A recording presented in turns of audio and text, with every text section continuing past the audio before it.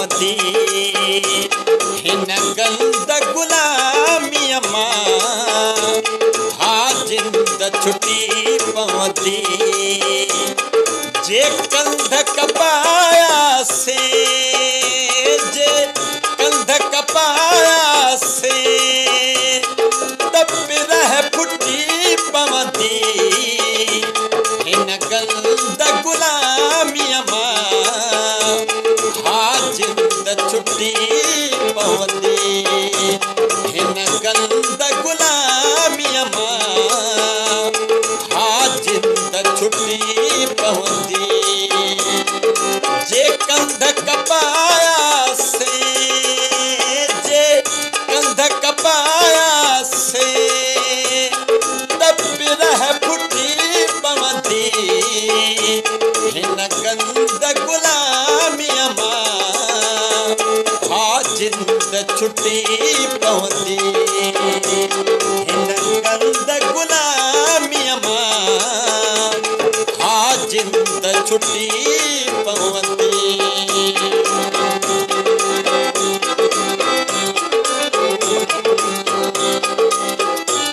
सिर सिंध मथां सदके ही मुल्क बि मक़तल थी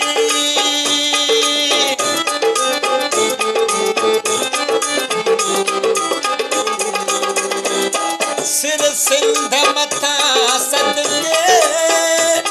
ही मुल्क बि मक़तल थी हर मक़तल खां अॻिते जे विख वधी पवंदी जे कंध कपायासे जे कंध कपायासे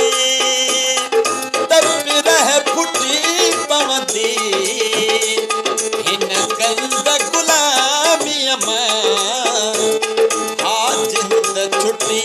पवंदी हिन गंद गुलामीअ मां हा जिंद छुटी पवंदी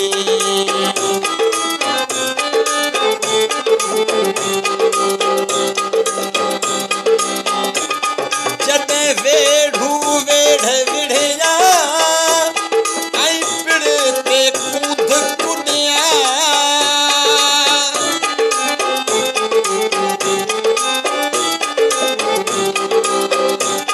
जॾहिं वेढ़ू वेढ़ विढ़िया ऐं पिड़ ते कूद कुॾिया पक ॼाण त पोइ पंहिंजी ही सिंध बची पवंदी पक ॼाण त पोइ पंहिंजी ही सिंध बची पवंदी जे कंध कपायासे जे कंध कपायासे त पिरह फुटी पवंदी हिन गंद गुलामीअ मां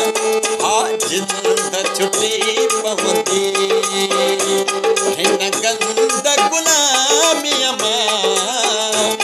हा जिंद छुटी पवंदी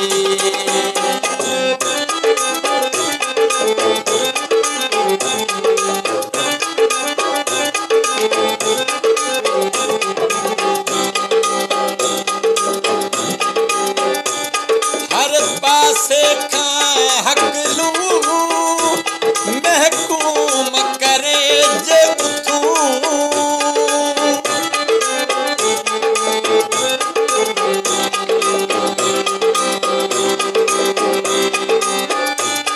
हर पासे खां हकलू महकूम करे जे उथूं जातंद गुलामीअ जी सातंद टुटी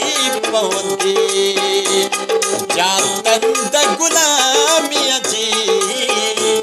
सातंद टुटी पवंदी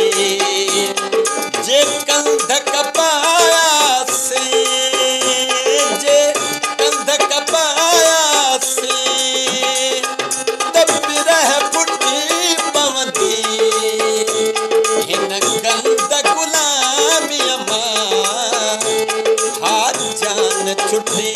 पवंदी।